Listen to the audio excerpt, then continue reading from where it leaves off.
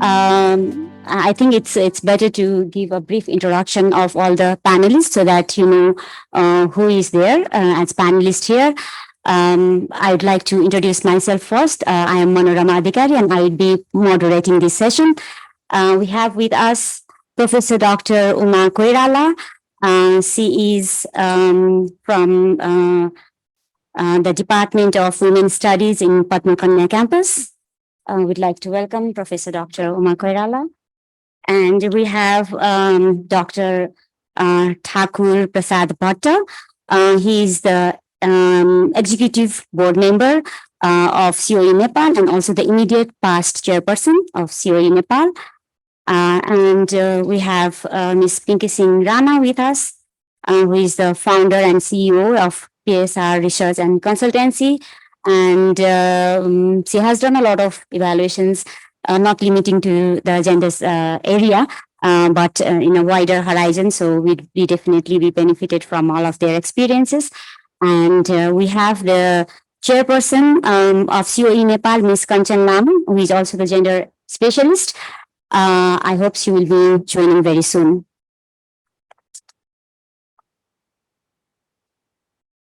In the discussion today, will be we thought that we'll be covering a wide range of areas, starting from looking at the status update of the country context in terms of gender equity and equality in evaluation. What does it look like?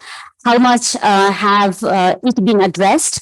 What are the capacities at different levels, at the national, subnational level, among the evaluators themselves, among the professional organizations, among the commissioners of evaluations, the bilateral, multilateral agencies, NGOs, NGOs, and what are the challenges and opportunities in terms of ensuring gender equity and equality in evaluations, particularly in the country context like Nepal, where there are multiple interlinked factors when we talk about intersectionality particularly. So we'll see how that has been addressed and what are the gaps and what could be the way forward. And also, as we have been listening since the inaugural session, the challenges that are there, the multiple challenges, and what does that mean in terms of evaluating gender sensitive and in a gender sensitive and responsive way? And how do we build the voices of the unreachables? And how much of those voices has actually been addressed in the evaluations, findings, and recommendations? And again, the big question here is how much of that has been really used for evidence-based policy making and implementation. So we are trying to touch upon all these domains, but then the modality would be we'd first allow our panelists to give their opening remarks. Some of them have their presentations ready, and some of them will just be just more spontaneous.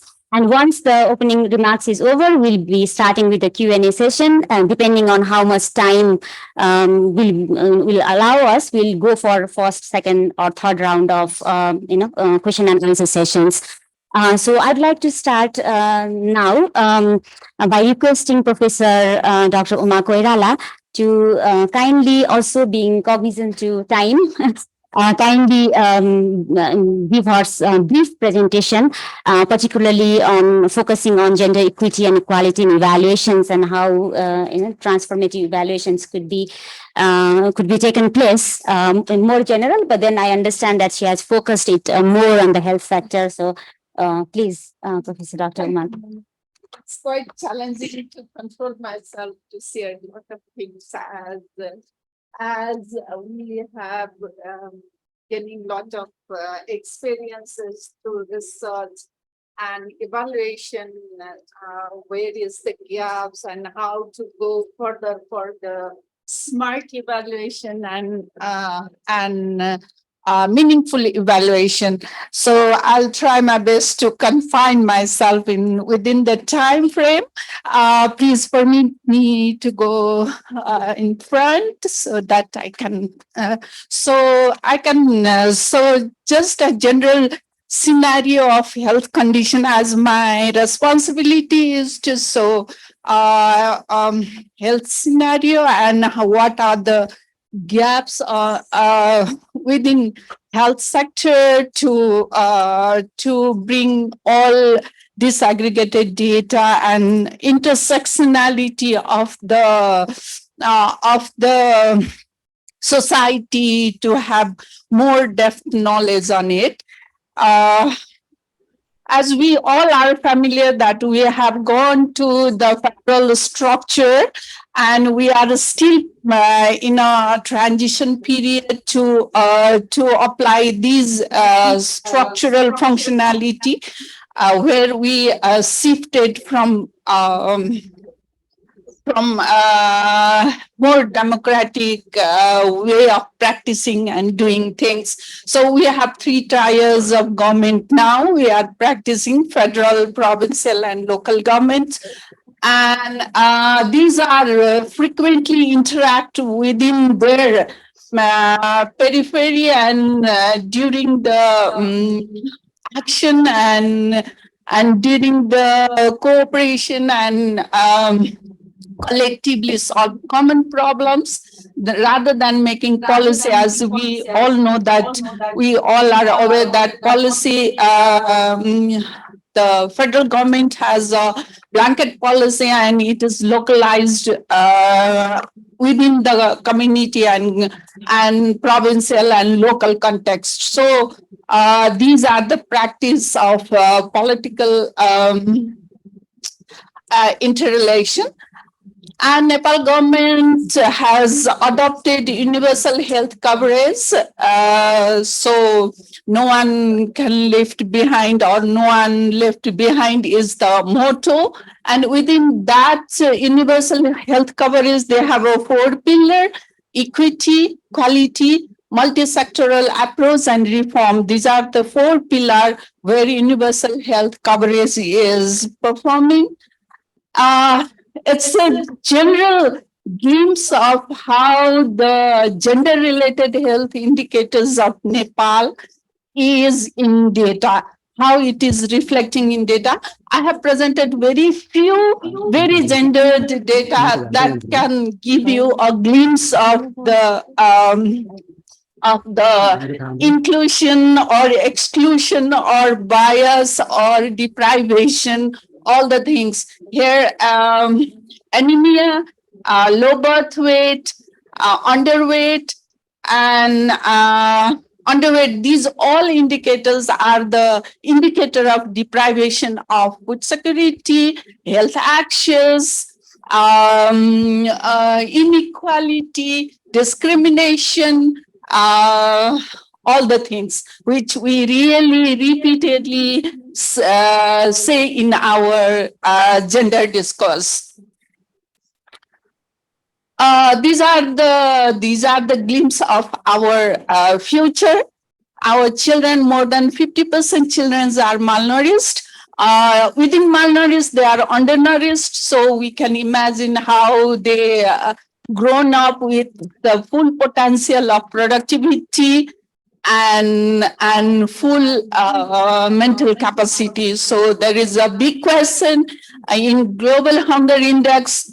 We are improving in our status, but still we are very far to achieve SDG and other committed goals. So similarly, undernourished child stunting, which is a chronic type of undernutrition and wasting mortality, is a very presenting a very glimpse picture of our society.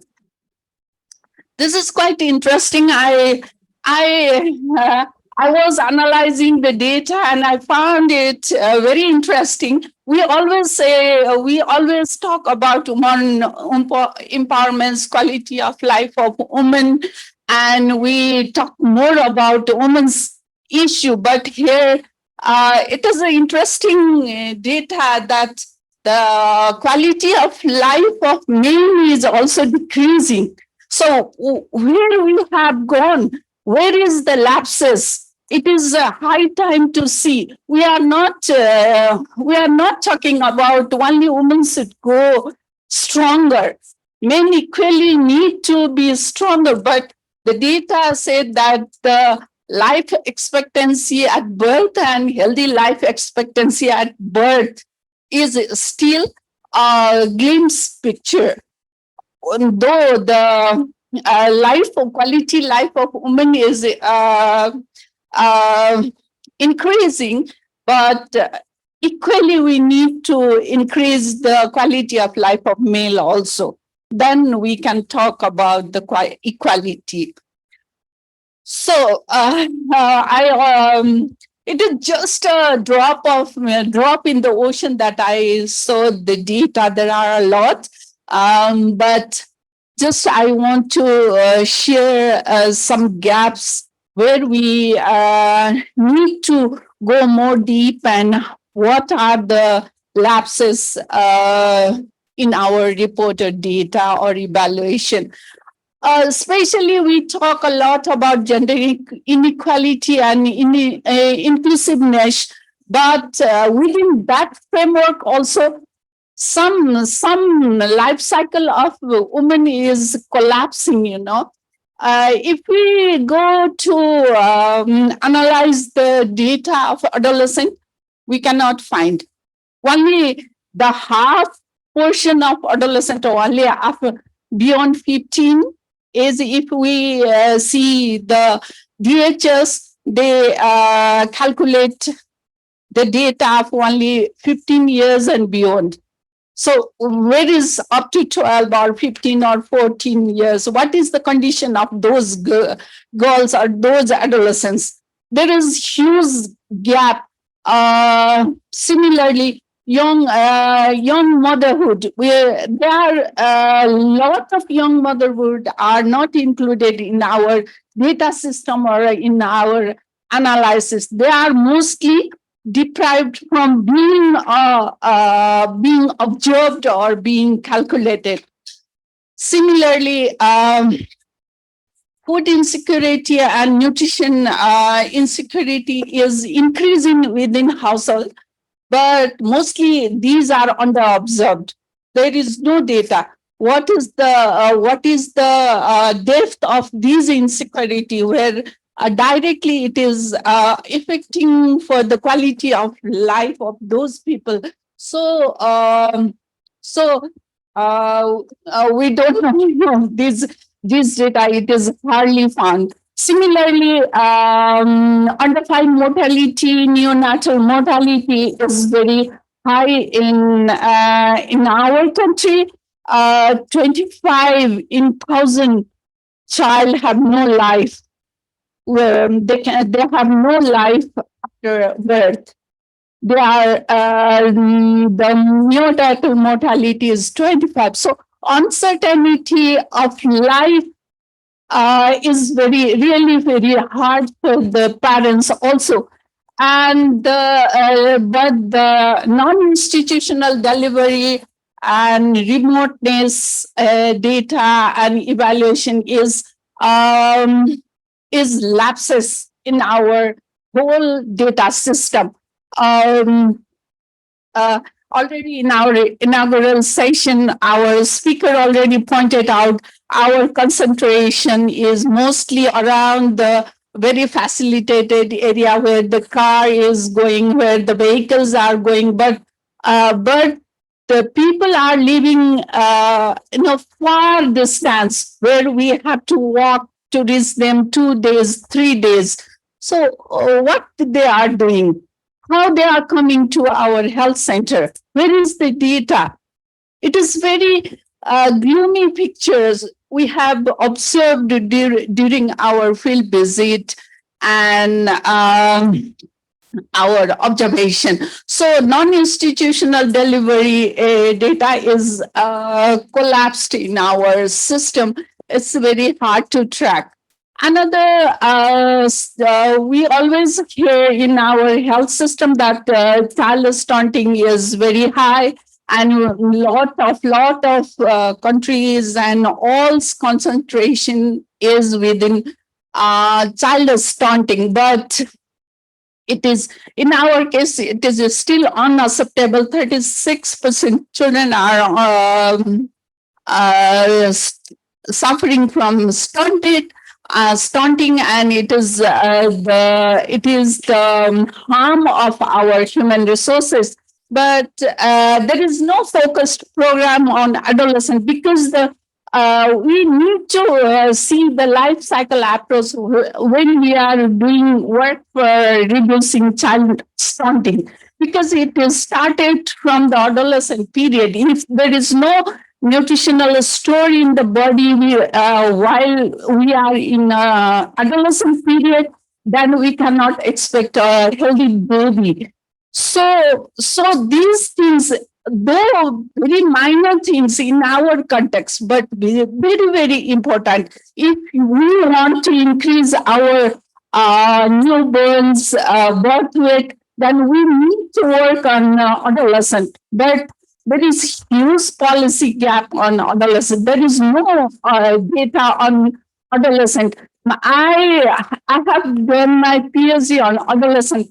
At that time, I think I was the only one in Nepal who were doing a study in adolescent. And I feel so bad that there is no data at all. And within that context, I dropped out many of my objective and indicator, because there were no data, completely no data. Still, we talk a lot about improving our system, but we are missing some major component in our data system. So these are the things. And while we are calculating data or evaluating, women's workload is not as we never consider as a indicator for poor health and poor nutrition and poor reproductive health. So these gaps are always a striking part of our during our study.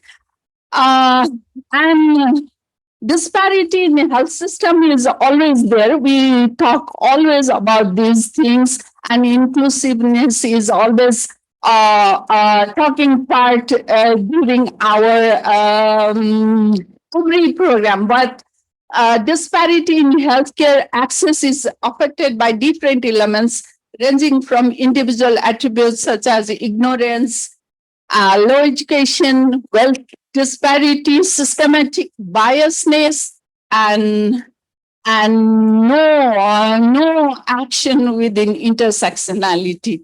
So these are the things. And similarly, adequate healthcare services are critical for nutrition, but the current system is insufficient. We already said that unequal distribution of healthcare services, poor infrastructure, inadequate supply of essential drugs, poorly regulated private providers, inadequate budget allocation for health, and poor retention of human resources in rural areas are hugely obstacle or challenge for this adequate healthcare or access to healthcare service. Including our infrastructure, the health post is in the top of the hill. So how could ill person or pregnant woman or ready to delivery woman can climb that hill to reach the health post? That is the scenario. So similarly, power dynamics is always there. Women are hardly have an access to healthcare, and more qualitative mode of evaluation is not widely adapted within health sector. We are mostly on a head count way, very traditional, and but we are not interested in qualitative research because it is time consuming and expensive too. And child marriage is still a happening truth, structural violation of right and life ignored by many research in the name of culture and religion. We never give importance on a child marriage, and those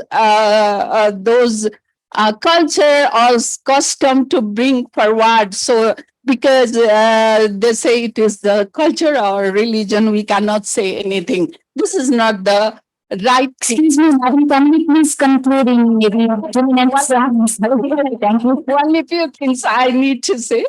So here I want to share my experience that we have to encourage depth study of intersectionality.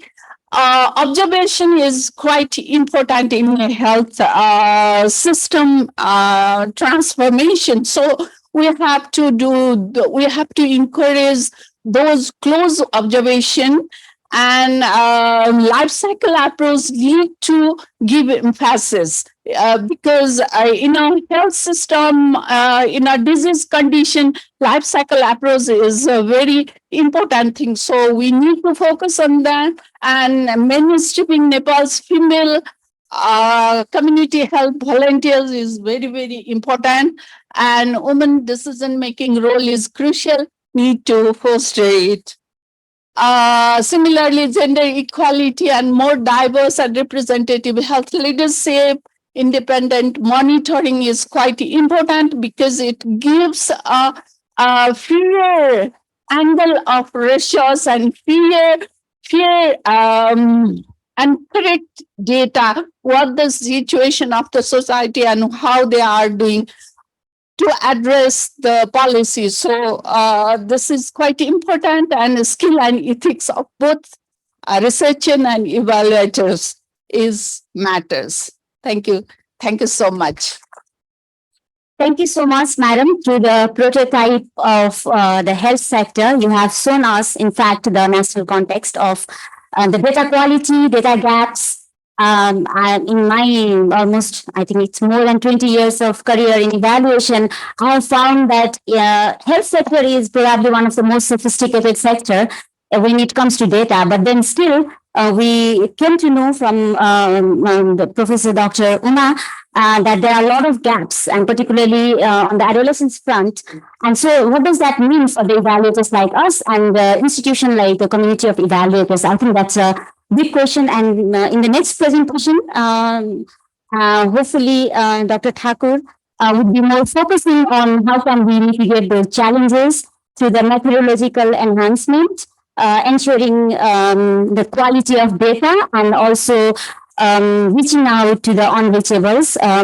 Nepal definitely has unique challenges of topography, which is blended by a lot of other cultural barriers because of more than 100 ethnic group that exist, and they have different practices, different behaviors, different cultures. So how could we as evaluators be effective enough to reach out to them in a meaningful way and get their meaningful voices, and those voices could be translated into action? I think that's a million-dollar question, and we would be definitely coming back to that question again during the panel discussion. So next panelist, Dr. Thakur Prasad Bhatta. The floor is yours, sir. Thank you. Thank you, madam. Good afternoon, everyone. Regarding this ensuring gender equity and inclusivity in evaluation, I am trying to focus my presentation on methodological matters. So, first of all, I like to talk about some fundamental methodological aspects. So, evaluation is a philosophical matters. It is guided by certain philosophy. So, to be a transformative evaluator, we are talking about the equity and inclusivity in evaluation. So it is essential to be aware or to understand the philosophical position of evaluators. So this means there comes the question of issue of ontology and epistemology. Okay, ontology is about the reality. What is your worldview? What is your stance about the evaluation? And epistemology is the theory of knowledge. How to access to knowledge, how it is generated, that is about the epistemology. And finally, we'll reach to the methodology, that is about collection of data and analysis based on that, we used different kind of methods and tools. I think these are the philosophical understanding that we have to be clear while undertaking an evaluation in the from the beginning, and we have to know about the evaluation process from this philosophical stances. Okay, so sorry. So for this gender equity and inclusivity, and for the purpose of transformation, we have to be guided. It is suggested that evaluators should be, it is useful that critical theory and transformative paradigm are useful philosophical methodology or philosophical understanding to guide this kind of evaluations. Basically, it is said that critical theory is conceptualized as emancipatory. But we are talking about the transformative change. So the critical theory is essential for this purpose. And critical ideology, which is basic research instruments. Similarly, the ontological question of the critical paradigm is historical realism. Why? Historical realism is the view that reality has been shaped by social, political, cultural, economic, and gender values. If you want to investigate or if you want to understand the society in terms of social construction, political power, cultural force, and economic and gender factors, we have to be guided with thoroughly historical realism. So, according to Donald Hopkins, transformative paradigm provides framework for evaluation. It is suggested by Marcus that we have to use transformative paradigm to conduct evaluation for the gender equity and inclusivity and for the purpose of transformation. Okay. So why? Because transformative paradigm helps us to respond to the issues of inequity, gender discrimination, and exclusion, and to study the power structure that perpetuates social inequities. So, without understanding the power structure, power dynamics in the society, we cannot provide justice or fair situation for those who are worst of in the society, worst of groups in the society. So, because of these two reasons, transformative paradigm is an essential framework for this kind of evaluation, not all kind of evaluation. Especially, I am talking about the gender equity and inclusivity in evaluation. So, what are the ontological assumptions for the transformative paradigm? There are certain assumptions we have to take into consideration. Okay, that is, this recognizes that different versions of reality exist. There is no single reality. There can be different kind of realities, multiple realities. It recognizes that there are multiple realities. Okay, if we talk about the single reality, that goes to the another paradigm or another philosophical understanding that is known as positivist paradigm or positivist philosophy. Okay, all versions of reality are not equal. Next thing, why we have to understand that all reality are not equal. There are differences. One is different over the others. So we have to identify this kind of things. And because of the transformative paradigm, integrates version of reality, that situation, that certain oppressive systems. It helps to integrate to find out the oppressive systems. And it makes visible version of reality that the potential for the human rights. Okay, these are the most potential. Which are the realities that are potential to maintain the equity and inclusivity in the society, or in other words, that can be termed as human rights also in broad sense. Now we have to come to the epistemological assumptions. That is, it helps us establishment of interaction between the evaluator and stakeholders. They are equal. Evaluator, as an expert and stakeholders are the receiving of some things guided, instructed by the evaluator. That is not the, this kind of concept does not work in this kind of evaluation. So there should be equal and interactive relationship between evaluator and stakeholders. And it acknowledges the knowledge is social and historically located. The knowledge, the reality is not independent. It is guided, it is shaped by social and historical context. It is the history of this paradigm. And explicit acknowledgement of power inequities. We have to understand there is power inequities in the society and development of trust relationship with the stakeholders. So, what kind of methodological innovation comes under this transformative paradigm is that evaluators need qualitative assessment and direct time in the beginning of their planning in order to escalate in the cultural context in which they are working. So we need adequate time to make the qualitative assessment and dialogue in the beginning of the planning of the evaluation, okay? And quantitative and qualitative data, both kinds of data possible responsiveness to different stakeholder issues. There can be different stakeholder issues, and we have to use both kinds of data. And methods used need to capture the contextual complexity and to appropriate and be appropriate to the cultural groups in the evaluation. We have to consider the level or culture of these groups in society so that we can design and plan and implement the evaluation as per the situation.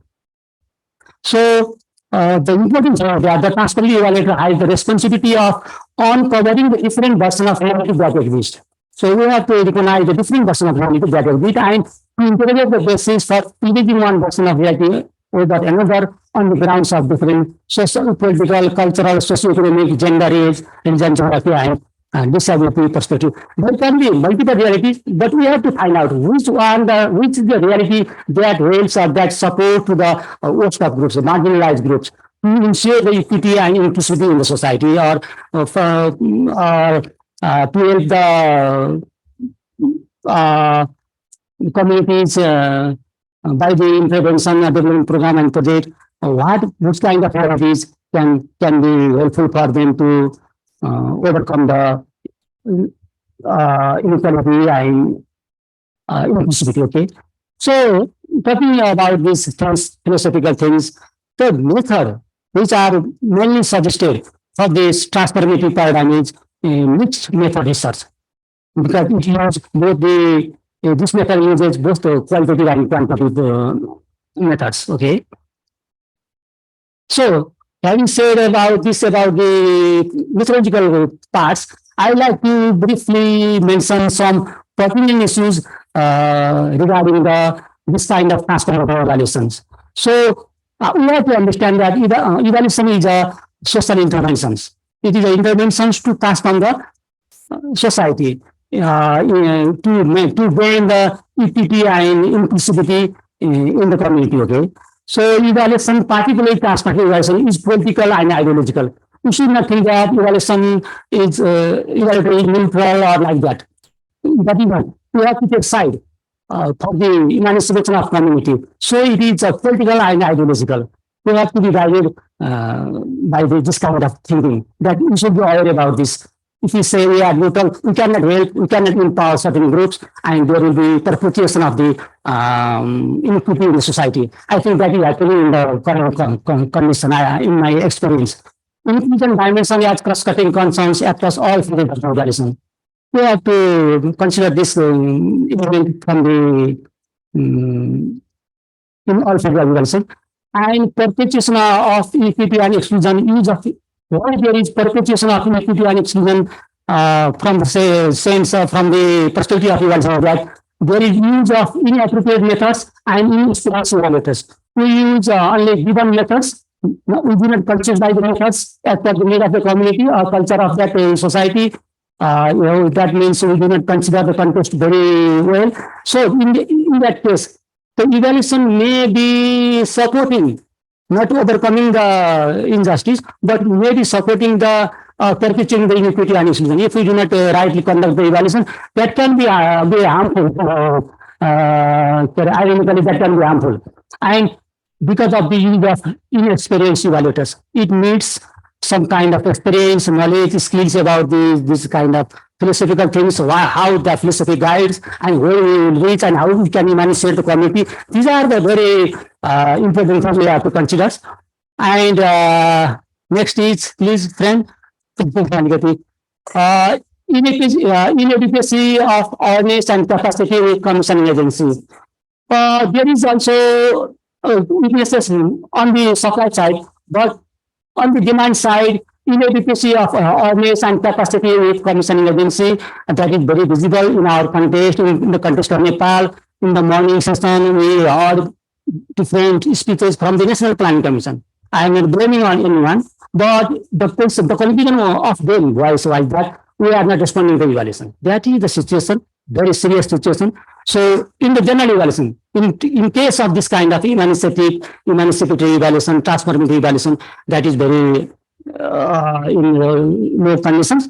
And that so there is no practice of this kind of transformative evaluation. There is very less practice, and the timeline budget, because of the use of mixed method and because of the nature of the qualitative nature, finding the working with the committee in a very detailed way. So it needs a certain time and budget constraints. We all are in the evaluation phase or development phase. The time and budget is such way allocated that it is very difficult to conduct transparent evaluation in our context. So these are the things we have to consider methodologically, and some emerging issue I will just share you. That's all from my side. Thank you. Thank you so much, Dr. Thakur Prasad Bhatta. He has shown us how complex our evaluation could be. And he has actually opened the Pandora box of evaluation. And so, like, there are so many challenges as we are living in a very complex world, and the evaluation is not linear. And, the development programs are supposed to be reaching out the most vulnerable population. But then in the context when the concept and the definition of vulnerability is being challenged and evolving over the period of time, looking at the country context like Nepal, where there is high urbanization, high migration, social cultural barriers, economic barriers, and whenever there is pandemic, the most hard hit region, again compounded with the topographical challenges, and there's so many compounded effects. And so here we are as evaluators and trying to assess the development programs and who has benefited and what are the differential needs, and how could we do better. So, like, what does that mean for the evaluators like us, and how have we been mitigating to these kind of challenges? Probably not everything could have been done by far, but then I think we are learning by doing, and it's incremental progress that we are achieving in the sector of evaluation. And from a veteran, being a veteran evaluator, we'll be hearing from Pinky Singh Rana on how this kind of intersectionality could be achieved in the evaluation process. How can the evaluation be more accountable to the citizens, particularly to those for whom the development programs has been designed, rather than just focusing on the upward accountability?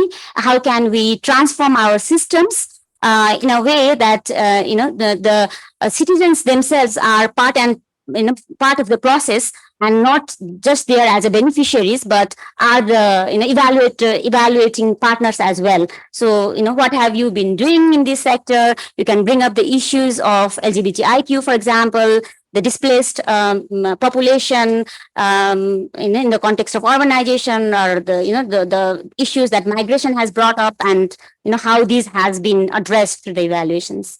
So we'll be hearing from Pinky Singh. Thank you, Azur. Thank you, Manorama ji. And please, how much time do I have? Okay, I'll try to limit myself to less than that, so we can have more time for question and answer sessions also. Responding to your queries and also to the topic at hand, ensuring gender equity and inclusivity in evaluations, I will share with you some of the information that I come from the civil society organization background, but have over the years, over 2.5 decades, been involved with various multilateral and bilateral organizations in evaluating their programs, and as well as government interventions also. before we go into what is actually happening, I think the first important issue that we really need to take into account is what is the level of understanding on gender itself. I mean, we've heard since the morning that our laws, our policies have been very progressive over the past several decades. There's no doubt about that. But what is the extent to which we have been able to ensure that gender is being addressed and equity has been addressed within our evaluations? And here we need to understand, and what we're learning over the years is that gender still is equated with women. Yeah. When you see, and I was sharing earlier with Monamaji also, hopefully it's not just going to be women here, and it's good that we have some men also, and especially one male panelist also here. But the reason why I am highlighting this factor is the very norms, the issue of patriarchy that we are trying to address, the very social norms and values that are standing as a hurdle in our efforts and the evaluations that we are undertaking is the issues of masculinities that we need to bring forward, that we need to address and take into account while we look into gender issues and equity issues also. And until and unless we have a clear understanding that it is not just women, it is the society at large, the intersectionality. There might be a person from a particular caste who is from a topographically very remote region, who is not able to reach a health post for 2 hours despite being pregnant.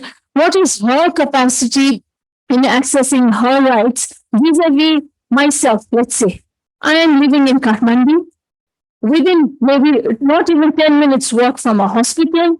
So how are we looking at these nuances when we are evaluating, undertaking evaluations? Are we, on one hand, we have that. The other that earlier speakers also brought up is who is actually evaluating. The perception that the word donor, the recipient, that in itself is already bringing an issue of power imbalance. When you see who, the donors, the evaluators, are we going there to the field as evaluators who have the power, who have the decision-making authority? How are we questioning, putting forth the questions to the community that we're going? Are we going to the community, looking and understanding the different, the social norms and cultural aspects of within the community? We know in our society the differences that lie there. Are we looking into that? If we look into the health, Madam Professor or Professor already mentioned the national aspects. Within those elements also, when we are evaluating, are we looking into the elements of gender-based violence that are affecting our adolescent girls, our women, our men also? The migration that is taking place, what is the impact when we're evaluating? Because naturally, our entire nation is being affected by the migration that is taking place. When we are evaluating, are these elements being taken into account? The impact that migration has on a family, on the boys, the social norms that are compelling men to think in certain ways, compelling boys to be conditioned in certain ways. Are we looking at that? Are we wanting discourses in order to be able to understand the nuances that help to change our mindsets or not? When we see what is the equity, when we're evaluating, are these equities being addressed or not?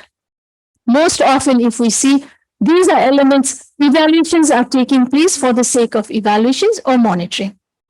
This is part of a project that needs to be completed because we have maybe 15 or 20 days to complete the evaluation.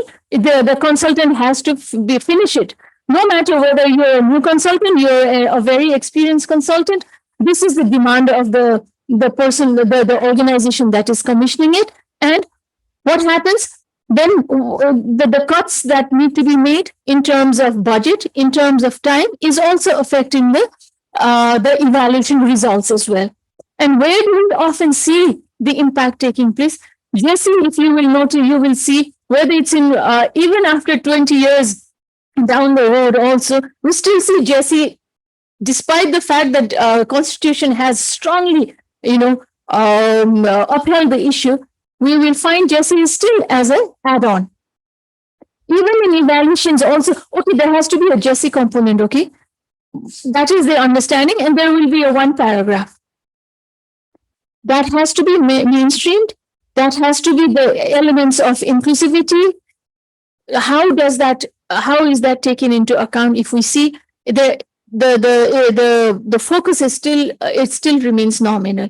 If you look at another element of the Jesse component, where are the LGBTQI communities? Finally, a couple of organizations are beginning to raise voices. If you look into evaluations, they will not be, their voices will not be heard. Because oftentimes, till now, they are still not able to come out in the open. And even as we go as evaluators, oftentimes it's too difficult to identify them. They will not come to us. Of course, they will not come. If they have not even opened up to their own families, they will not come to us. Strangers who will maybe even reveal their identities and further push them into areas of violence. So these are elements that really need to be looked into by all of us evaluators as we go. And we need to, when we look into gender, what are we actually addressing? Is it women's issues? Is it men's issues? Is it the LGBTQI issues? Is it Madhesi issues? Or whose issues are we looking into? What elements within these particular group or communities are we looking into? Are we looking within the community itself, a specific community also? We will see that the men will have different ideas, the boys will have very different ideas, but are we looking at those nuances or not? Do we have the skill? Is the organization that commissioned us asking us to do it or not? And where is our accountability to ensure that we are looking into it? Because as evaluators, we are the ones who demand the change. But if we're not able to address these changes through the evaluations that we're doing, then we're doing a disservice. I will stop at that, Manoramaji. Thank you. Thank you. Thank you so much, Pinky-ji. Again, highlighting the challenges and how the evaluators like us, welcome to the evaluation world, everyone, how complex it is. On one hand, we, yes, and from the heart, want to reach to those unreachables and bring the voices and want to integrate them and treat them as the partners of evaluators. That's our wish. But on the other hand, there are institutional challenges. We always have, the discourse with the commissioners. And as Pinky-ji rightly brought up, there is a last addition as a JC always, because that's mandatory as a cross-cutting aspect for every evaluation, and that's how it comes in, not as as an important element per se, but as a last addition. And then we all have heard how challenging it is to reach to those unreachables. It takes definitely more time, more resources. We have to take extra mileage reaching out to them and getting their voices heard. But then we have limited budget, we have limited time, but we have to address everything. So we are bringing disaggregated data, yes, but are these data meaningful? And are they really being able to address upon the issue of intersectionality? This is an ongoing discourse that we have with the commissioners, with the UN agencies, with bilateral and organizations. And I think that's the very purpose of the organization like COE as well. So let's hear from the chairperson of COE Nepal, Kanchan Lama Di, on the role of evaluators as well as the role of the professional institution like community of evaluators as well as other VOPEs, and how we could collaborate together to actually push this boundary bring more sensitization, more awareness on, she has already talked, like we have to increase the budget of evaluation, for example, but then, what does the trajectory look like, and with whom would we be collaborating, or have already been collaborated? What is the process? And, we'd like to hear more from Kanchandi on that aspect. Thank you.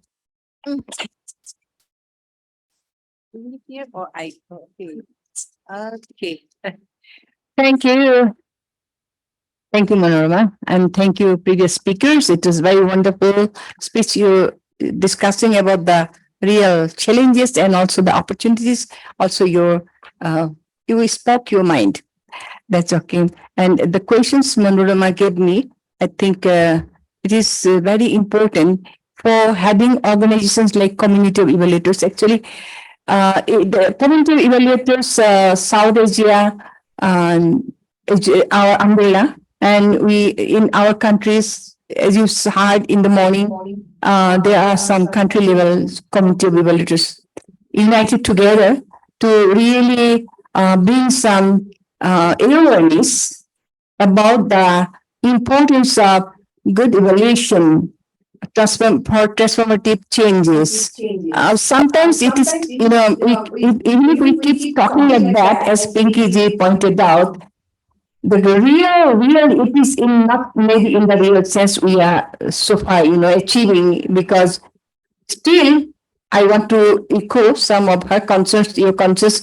Still, when some commissioners, when I say it is organizations, to be specific, it is INGOs mostly, even agencies and government, they always, like NGOs, give you to do some evaluation. And when they write a TOR, the evaluators first, for me, as an evaluator, first task is to read the evaluation part, terms of reference very carefully, and there always you find JC is a cross-cutting, and they will brief on that. You work on the JC, it's okay, but when you write the report, then they will criticize you of being too much on JC focus. Very, very interesting. Very, it's a hypocrisy for the organized commissioning organization to ask you do the evaluation from the JC perspective. So I think COE Nepal type of organization, it is a kind of voluntary organizational professional evaluators.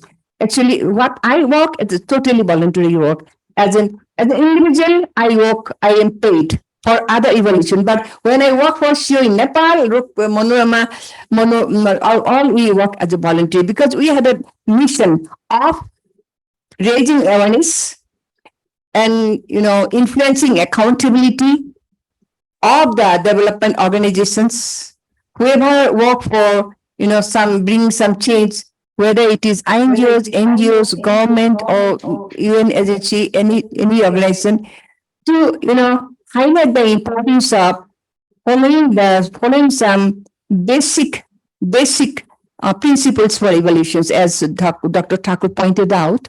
Those kind of areas, there are so many discussions going on, learning going on, but change is not taking place yet. People are not serious about evaluation and monitoring. As I said in the morning, there will be very low budget, as Thakur pointed out. Very few days for evaluation, and this is kind of evaluation of change of attitude and behavior. So JC is really attitude and behavior. Without talking about that, you cannot do the evaluation of impact of gender concern, gender equality or equity or transformation. These are some words which we cannot count on the 1 + 1 is equal to 2. Now it is very sensitive, but if you like to do, you can do. So if you are really committed to do, you can do. If you can, but as Pinky pointed, there are so many things that challenges are and barriers are lots, because there may be gap and there may be wall between the, between the target group whom we want to know about the impacts and we ask evaluators who really think I know much more than them. No, so first I think my concern, and in Syria, Nepal's concern also, win over yourself. Win over yourself, your own biases. If we cannot win if I cannot win my biases, so I cannot actually bring a very real information or data for the groups what impact happened there. So it is correcting both way accountability, correcting the evaluators by themselves. Evaluators also keep saying sometimes, look, very recently, one person, very famous evaluator talked to me, these aggregate data, yeah, you're talking about these aggregate data, why don't you go to the Palika and take these aggregated data? These aggregate data means, if you talk about gender intersectionality, it is not only the caste, tribe, or age, gender, not that, but who has access to and what kind of control they have. Access control, this comes in these aggregated data. This is part of qualitative part, and quantity part is there. But that guy who said is very experienced, high level officer. So it was very striking for me that we must correct ourselves first. Then only we can see the world very correctly. And in this process, community of evaluators being a part of the voluntary organization for professional evaluators family, community one. In Nepal, there are 3. We community of evaluators Nepal, another is Nepal Evaluation Society, another is SOME, Thakurji's Society of Monitoring and Evaluators. Okay, now SOME is not very seen here, but I think our NAS friends are also here. So we are trying to influence the, and making an enabling environment for, raising awareness about the evaluation processes, evaluation methodology, evaluation whole culture. Actually, we call it, we want to improve our, correct, reform the culture in our own evaluation community, so that we can also talk to National Planning Commission, we can talk to Social Welfare Council, because Social Welfare Council in our state is a very responsible institution which they implement evaluations of all the INGO and NGO-led projects. That is the main source where they do evaluation. And besides that, if you have donors funded project, then donors also commission some evaluation. But they are different. Donors will be a bit different. The Social Welfare Council is different. But the quality of the evaluation, TOR, evaluation, all that, as you say, time, budget, or, results, impacted result, etc., is quite, not much sensitized. So we want to sensitize those institutions to come together, to sit together. As you saw in the morning, it was all National Planning Commission people, because we have been working with them. And previously, we also brought Prime Minister also event sometime, inaugurated these kind of functions, but those days are not here now. Now the situation is critical because we have political election, so we are not capturing the political people. So this is kind of, we are kind of organization. We want to raise awareness, develop capacity, continue networking, promote networking among evaluators and others, not only evaluators, but others also, whoever is engaged in development. The word development means change. So what we change, how we change, what are the challenges, how do you meet the address the challenges? So it is through sharing and learning, sharing, networking. These are our vehicles through which we want to increase the capacity. And beyond that, besides that, we also have some program, Young Emerging Evaluators Capacity Development. So those are some ways we keep working with these kind of organizations which really are responsible for commissioning evaluation. But what happens, these collaborators seem to be very interested for one or two things, like national integration in Nepal, integrated national evaluation plan developed by National Planning Commission was fully supported by ICSU in Nepal. We facilitated the whole processes from time to time.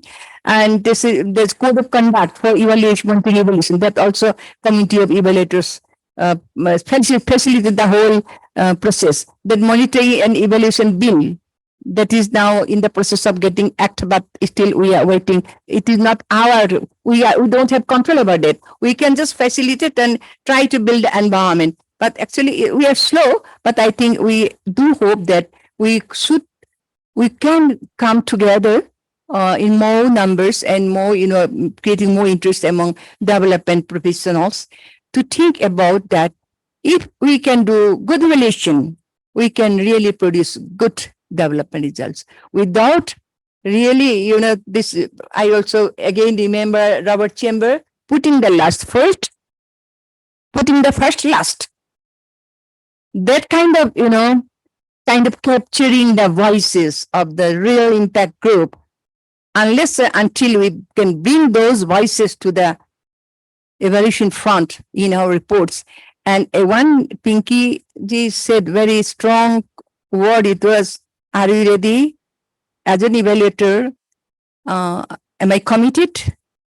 Sometimes I quickly want to share one experience, many experience I have, but one experience, very famous INGO, where I used to work. After some time, they gave me an evaluation. When I evaluated, I found the personal policies for organization for breastfeeding mother was enjoyed by different layers of women, not men. I'm not talking men. Different categories of women staff was different. The senior woman would go and give breastfeeding income by office car. The junior woman will not even dare to ask for time for going to breastfeeding. So this is power relations. So change in power relations is very difficult to measure. So find it. So when I reported, I just brought out these issues that it should be reformed, and you should take care of that. Then the director of the institution objected. He didn't accept it. Then luckily, the head office from London, the head office people came and they asked for the presentations from Dr. Chaitanya Mishra and me. Then we presented without a change in the reports. It was board of trustee. They were from the board of trustee. Very happily, board of trustee lady, shake my hands and I'm happy that you brought this. She knew it, but nobody would bring this. So if I think that if I bring it, I will not be considered for the next evaluation. Paisa, I couldn't get money. Then I kill myself. Then I insult my own internalized values of evaluations. So we want to value evaluation as evaluation, not just going and asking question and writing. That is that kind of evaluation we are trying to promote. So friends, give us support. Thank you.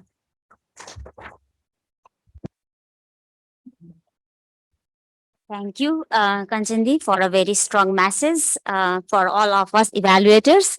That yes, it's a complex world, and not everything lies under our control. For which Kanchanji highlighted what community of evaluators and other volunteer professional organizations have been doing.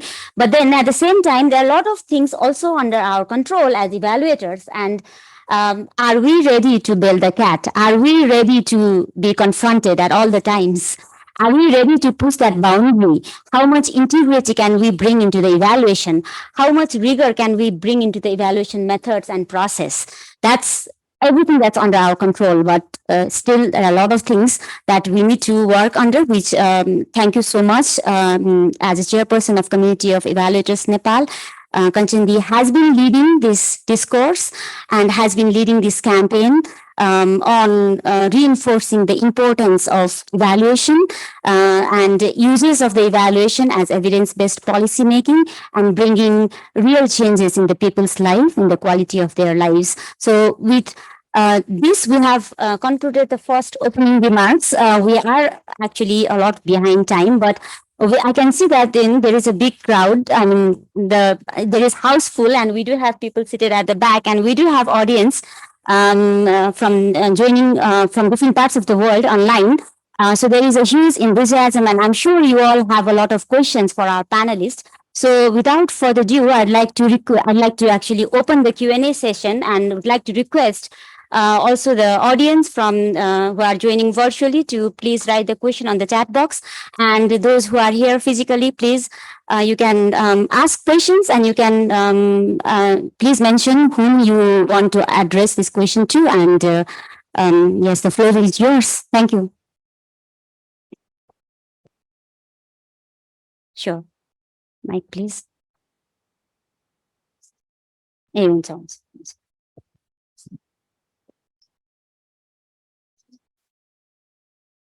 Hello everyone, म चाहिँ शारदा तिवारी, म forest action नेपालमा काम गर्छु।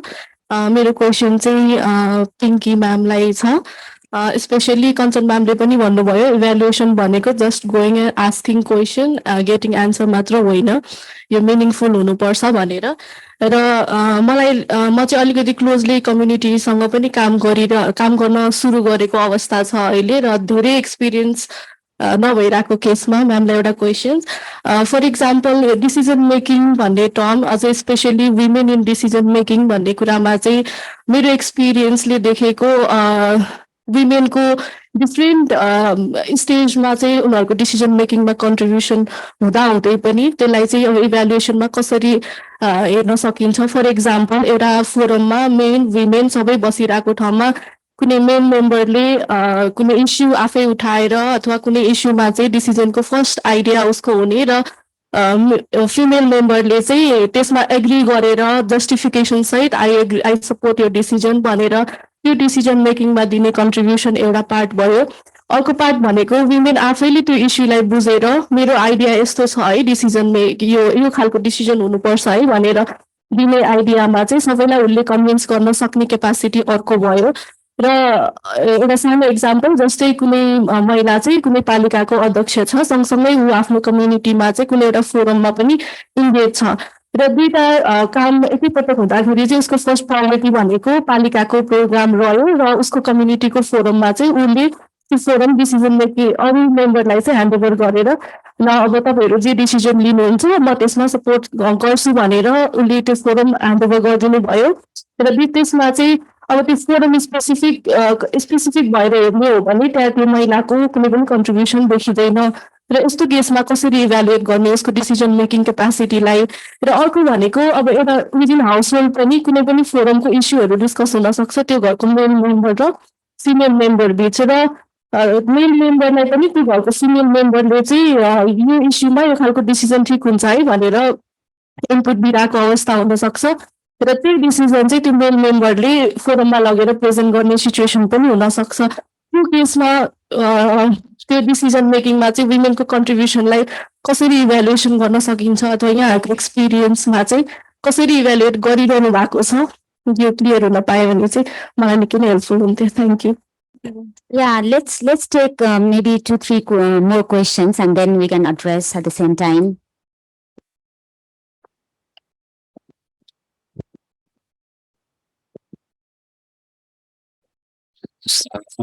My question is for Concern G and for PDG. I think if you can or both can like discuss on that.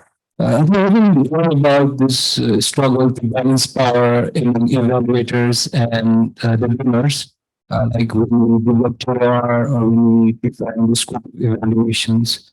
But my question is more towards like while we are talking about balancing that power in evaluators and the learners, so how can we effectively shift power to the participants?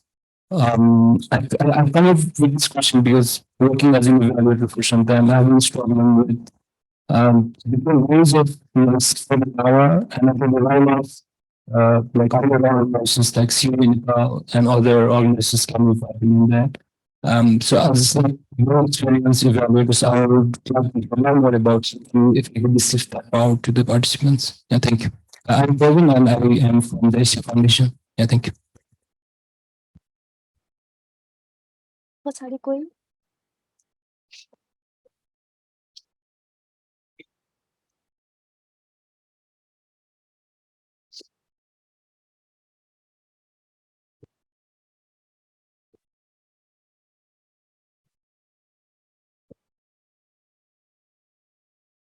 Thank you, all the panelists and for working in NPC from the NP side, basically for supporting NPC to implement SDGs in equalizing them in the place context.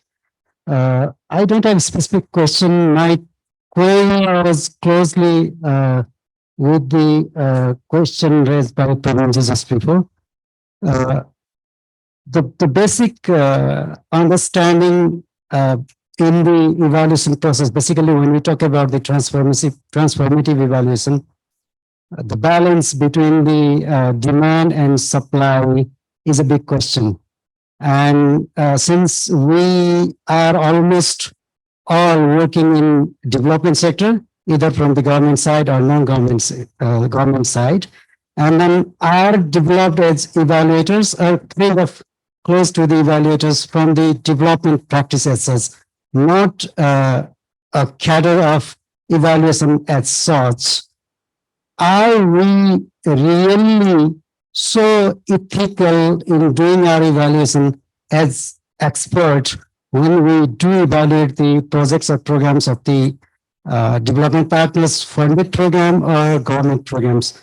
I'm raising this issue because when you get a kind of consultancy work or the tasking of the evaluation, majority of the cases I have seen is there is kind of, the invasion by the organizer when you commission the evaluation through the so-called third party or independent evaluation, there is kind of persuasive measure or approach by the commissioner to, to take the recommendations, basically not the recommendations, the outcomes, the findings of the evaluation somehow in the interest of the commissioners themselves. So it's a big question for all of us. When we go for the evaluation, at one side, we need to stand philosophical or ethical in the evaluation process, but at the same time, in practical life, as an evaluation expert or consultant, you are trying to find out the job for yourselves to survive yourselves. So how do you balance? How do we balance in this kind of situations? Basically, although we call it independent, whatever we name it for good words, but in practice, it's somehow, to get something you wanted to say through the independent evaluation. So how do we do balance in this kind of situations? How do we develop ourselves as a professional, maintaining our professional ethics in evaluation process, following the standard practices that we take or we borrow from the OECD or whatever international one? So considering this context, let's discuss further how do we develop ourselves as professional in the evaluation process, evaluation system. Thank you.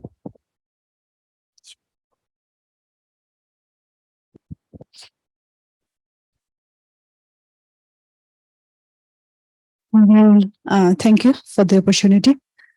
I'm Srizana MERL. I'm actually working in Forest Action Nepal. I'm leading a project called Economic Empowerment of Women through Forest Solutions. And while implementing the project, we have this intersectional as a measure approach of the project implementation. And when we talk about the intersectional and when we talk about the JC inclusiveness and so on, what actually comes to our mind is a difference between male and female.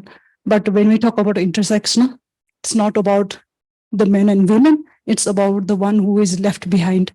We don't want to leave anyone behind. And when we talk about the women, we talk about the women, the single women, the disadvantaged women, the Dalit women, and the women who cannot earn her life, who has very limited or no access to the property, no access to the resources, and we are no access to the financial institutions for upbringing her life and her children. And in this context, we are actually trying to empower those women economically through the forest-based solutions, and we are struggling there. The struggle is they don't have the access to the resources, but then we want to empower them. And The problem with the donor funded projects is that they have very short duration for each project, and our project is only 30 months. In that context, we are somehow struggling. We are we have a team, and our team is working day and night for the empowerment process. Empowerment is a long process, and it doesn't complete in 30 months period or so on. The problem that I am facing as a leader in the project is that when we are working very hard day and night to uplift those women through the forest-based enterprises. The problem is that when the evaluators, the question, it's not actually the question. When I was hearing from Dr. Thakur Prasad Bhatt, I realized that we have to adapt mixed methods. We have to go very deep into the epistemological and ontological aspects. But then there are some project targets we are trying to achieve.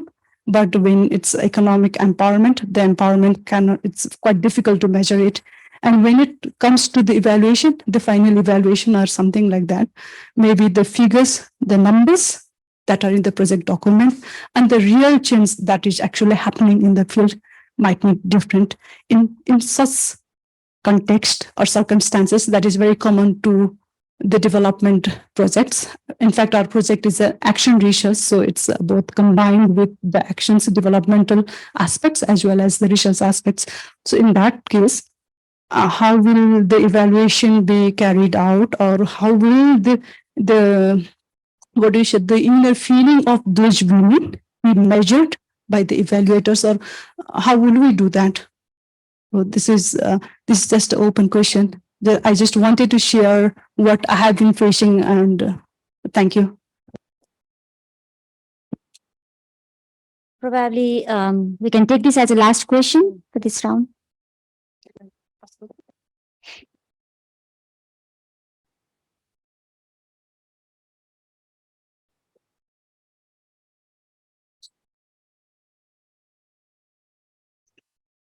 Hello, everyone. I'm Shreya.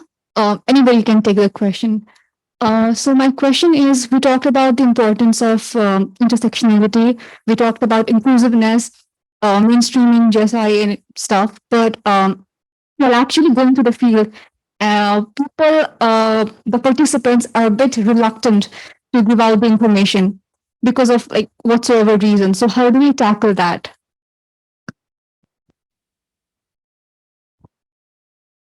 Okay, thank you, everyone. All very good questions, and probably those sitting in the panels do not have answer to all the questions, because these are the questions that we all as evaluators are struggling with and learning every day. But then let's hear from our veteran evaluators.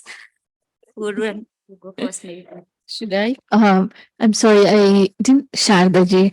Thank you very much, Adriana, for questions. Let's Shardaji go question about how to evaluate when, for instance, if she herself, a lady, a Palika representative, is not there but has asked her community members or the members to decide, and she will be there.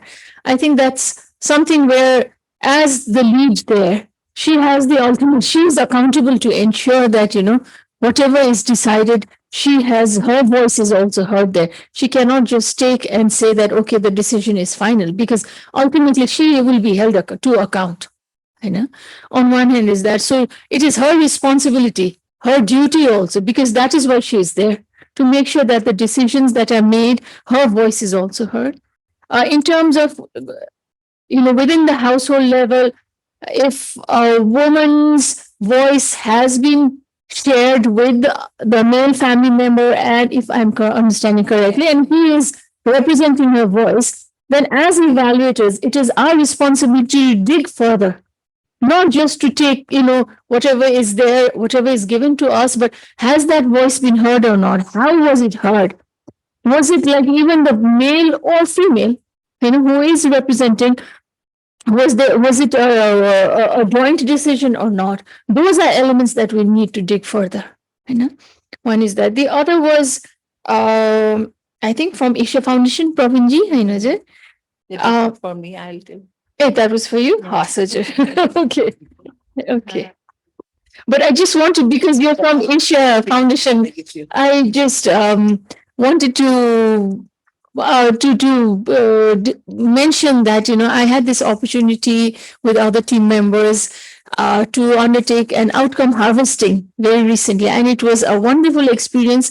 Wonderful because it was a new way of learning, because you are going back, looking into the outcomes that, you know, did it actually work? Why did it work? What were the nuances that led to the change in behavior of the decision makers within the governance system?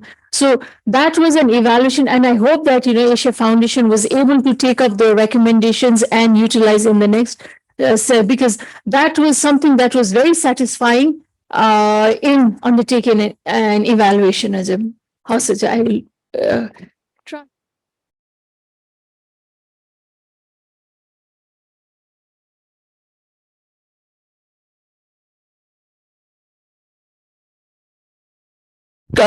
Also mentioned Hazur definitely the issue about from Padamji from NPC.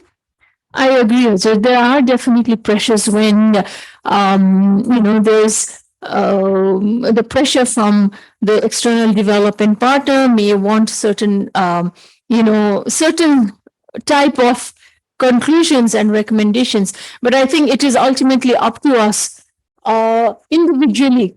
Do we go in that line? Because once you start going into that line, then you've had it. You keep on going. So when do you say no? And that's, I think, ethically, we need to have certain values that we stick by and that we need to continue in our professions. Thank you. Okay, I think I'll try to share my ideas. I have brought down 3 questions here from the forums of that were very important questions. So we should agree that the supply side and demand side, the capacity building of the both side is very essential, and the demand side is more important because it creates supply side, it creates the environment to develop professional evaluators. So that is the things. And if you ask about my experience, evaluators should be aware about this, how to deal with the commissioning agency. In my personal experience, I worked with some organizations. I did not feel that kind of imposition to get certain kind of recommendation. There was a debate while I recommended some things. There was intense debate in some cases. But as an evaluator, we have to try to convince based on our findings, so that the evidence is our tools. That evidence is our basis. We have to generate evidence. If you show evidence, then that can convince the commissioning agency also. So, but in case of commissioning agency, we talked about the constraint, different kind of constraint. Government side, that is very poor. One time I was asked to participate in an evaluation. I would like to say, I think it will be great difficulties with National Planning Commission. In the end, I rejected that part because there was no good process they were following. And for the Social Welfare Council, they asked me for only for few days. I said that it is not enough, but that was difficulties. These are the things both sides have to improve. And while providing recommendation, we have to try to learn that art. I don't have that art, but we have to try to present a negative statement in a positive tone. That is helpful. That is helpful, so that they will digest. Otherwise, it is always that kind of situation. Okay, next thing, question from Sidhanama, that is very important questions. That is the question, so that we are employing mixed methods, and it demands for resources and experienced evaluators. And this is the question is that is the question of validity. So we have to use that kind of tools so that we can maintain triangulation. We talk about the triangulation, but we do not see that kind of triangulation seriously. That is a question of validity. If the data is something and the real situation is something, I think that is not quality evaluation. That is not valid. because the evaluation has not been able to capture this situation. So in this case, which method is, I think it is useful. And the main another thing is that establish a relationship with the stakeholders. Participation of stakeholder is very essential. If we consult only few participants, and that will not get the right picture of the situation. So this is the another thing. Another questions, I think some participants are reluctant to respond to questions. That is the we have to maintain rapport building for the beginning. We have to treat the responding. In fact, we don't use the word responding also. Participants. We also evaluate also participants, and the other part stakeholders also participants. The way, so that in qualitative research nowadays we don't use the responding. You are asking and says and both are taking taking part in the process of evaluation. For that, to make to maintain that kind of relationship, trustiness with the stakeholders. So stakeholders, it is suggested that stakeholders should be involved from the beginning, designing the evaluation. What is the objective of evaluation? What kind of methods will be used? So this will be very participatory evaluation. In that case, in case of participatory evaluation, especially for this kind of transformative evaluation, the role of stakeholder and evaluator is in equal basis, and they will not hesitate, and they will be very outspoken, and you will get that kind of data. There are certain tools that will be helpful. That is not possible to explain that kind of tools here. There are number of tools that provide us guidance how to use, how to talk, how to interact with the stakeholder and get more and more reliable data. Thank you.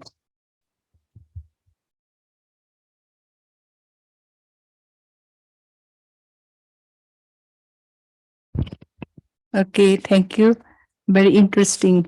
First, I want to address from Shreya again. As you said, Thakurji, it is very to involve everyone. But sometimes what happens, we do not have time to, from the very beginning, to involve everyone, or we go and do the evaluation sometimes. I think if participants are reluctant, how do we involve them now? Actually, when we do the evaluation for from gender perspective, gender equity transformation perspective, very clearly we adopt a feminist approach. Now we see the feminist approach. Maybe you will say, no, I'm not a feminist. Huh? It comes very fast.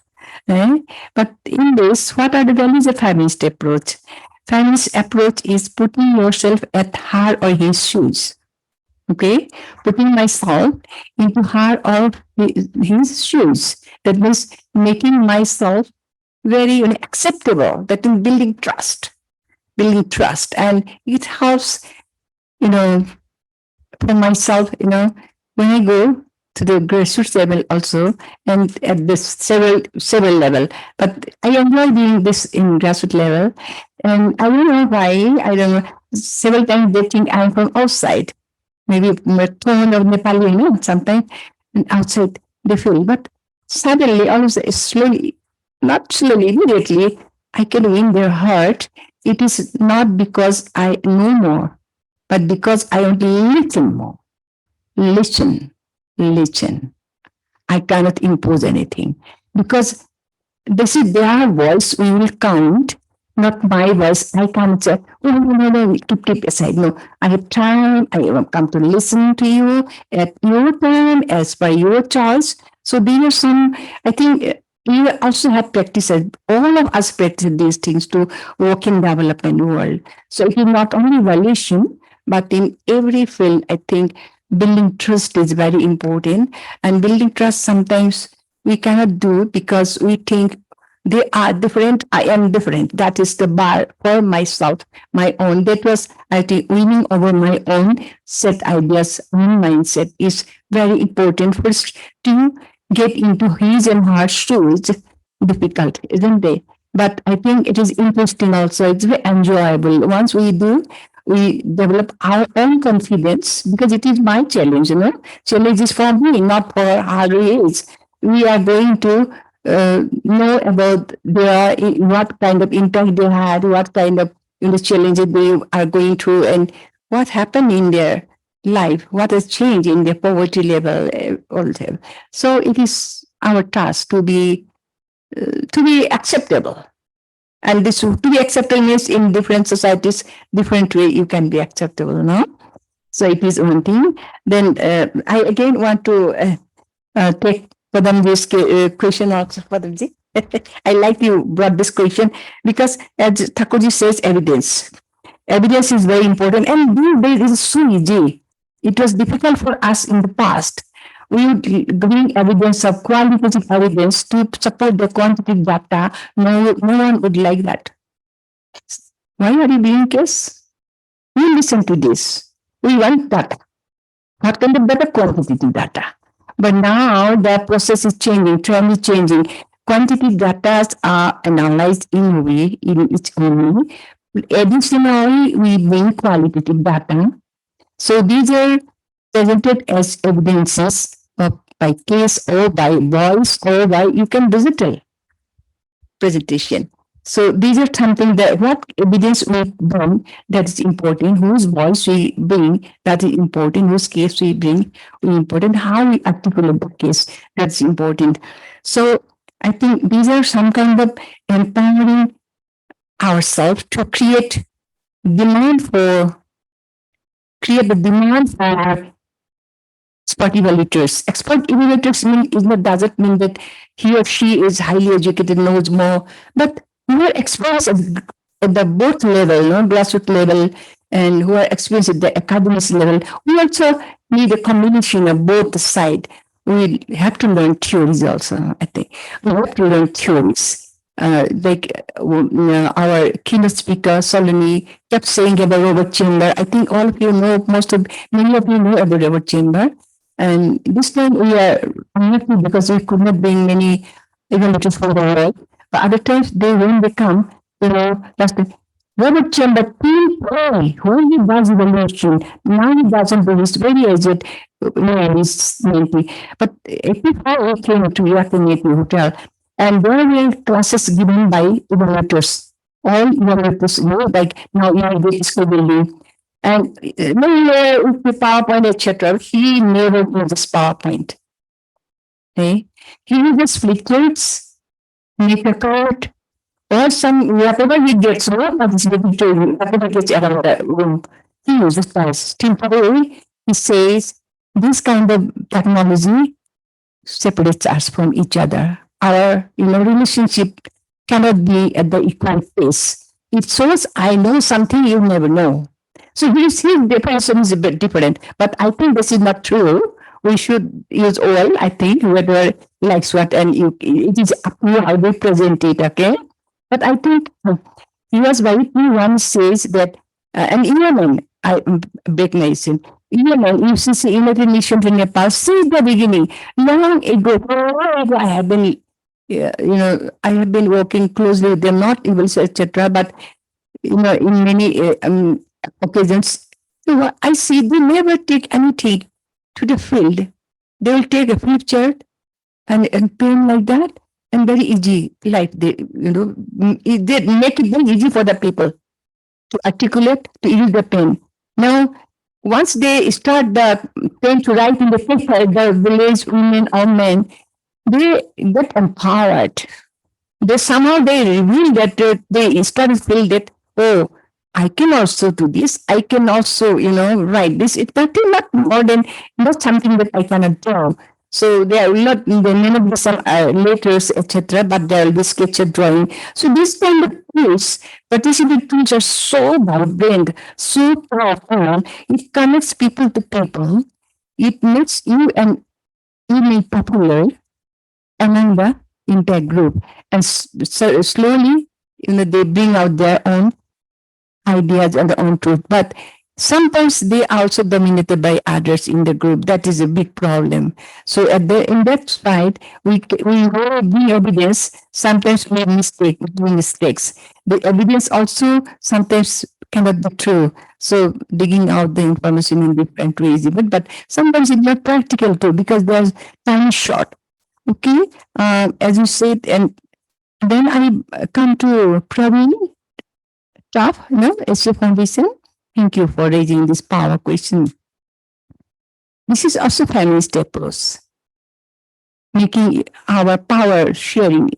It is, again I say, putting myself with empathy and compassionate qualities to the person whom I want to make my, resource person. She or he becomes resource person for me. Okay. As in many INGOs in Nepal, I think Nepal is very rich in these kind of practices. Bangladesh, in Nepal, in South Asia, all over the world. It is kind of university where you'll find NGOs and CSOs using such practices where they use very simple techniques and they make way to win the heart of the participant. So they become one family, And in Nepali, our culture is so good, so helpful to invite people to be, discussant with you. So there are so many, important cultural practices in our village. But then again, cultural practices also discriminate Dalit, discriminate single women, discriminate very poor women, discriminate the physically different other person. So that normalize, and as you say, intersectionality comes into the scene. I think it is very important for us first to prepare for ourselves some kind of tools which may be very popular for our side and their side, easy to implement and not threatening them. So not very actual teaching like that. So this is, so as you said, donors and evaluators, there is a power imbalance. I will say evaluators has more power because we are fixing their programs. We are going to help them to do the program better. So evaluators are kind of expert to help them, facilitate their helping them to look here, this is not working. So how can we could recommend? But recommendations these days, recommendations are not done by ourselves. We present the brief, the recommendations developed together. That is power sharing. I give some recommendations, 7 recommendations. Let's discuss. Am I in the correct way? So when you do triangulation, that also helps us balance the power. So that means I may see something, but it may be different from other points, other people's, and who are working with them, who are experts in that project or program, they may have different opinions, and I might not have known that. So it is a good opportunity to do triangulation. Then again, building recommendations together and translating those recommendations into action plan. Once we translate those recommendations together with the action plan, then what happens? It becomes not the organization's property. So if you can make this type of activity for power balancing, so being at a good understanding. Sometimes, like in many cases, the commissioner wouldn't like to hear some very upsetting evidences, but it is my duty and our duty to help us to that. You don't neglect this. If you don't recognize this, maybe in the future things will go worse. But if we fix this now, the things will improve. We will have to say it, as Thakurji said, for positive reason. Because in the same organization, there are some program, there could be some other good practices. We can bring out the good practices. We do not only bring out the bad practices or weak ones. We first appreciate the good ones, strong one, positive one happening. So we have to go for that. And another one here, and your very good question was, how can we shift the power to the participants? So participants give us their opinions, and we have to listen to them. But sometimes what we do, we interpret Are we able to interpret that from their views, or we have a set bias? Maybe they said this may not be true. If I start doing this, I kill the evolutionist spirit. So what if say some things? If I'm not convinced, it is my duty to dig out more. But if I am not convinced, and if I interpret in my this said that, but it may not be true. Let me think like that. I write this. Then I kill the evolution, objectivity, and whole values. That is from my side. I know that all, and you can add into that. Thank you. Thank you, Kanchanji, and thank you to all the panelists. I'd like to come to Professor Dr. Uma. Do you have any last remarks before we end the session? Thank you, Manoramaji. I think the best way to do good evaluation and a smart evaluation is triangulation, as Dr. Bhattal said.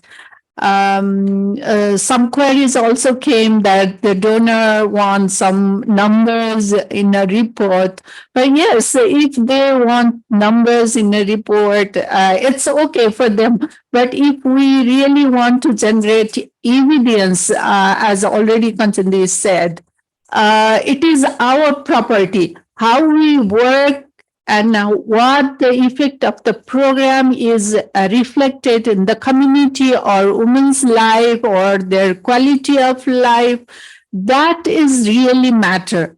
So we better we adopt triangulation and generate evidence as a case form or story form, so that and document it. That would be a nice property for the organization or the person. Thank you. Thank you so much. I would like to thank again all our distinguished panelists, as well as all very pertinent questions and a lot of energy that you have brought into the room. But in cognizant to time, we'll be closing this panel session now. But then I would say this is just the beginning. These are all trigger questions, which we'll be taking into the next session of skill development. And again, the topic is evaluation for transformative change, and where all these questions will again come into play, and we all will be panelists there. So we'll be sharing our experiences and learning more from each other in that session. With this note, I'd like to just end this session, and thank you so much to everyone. Thank you.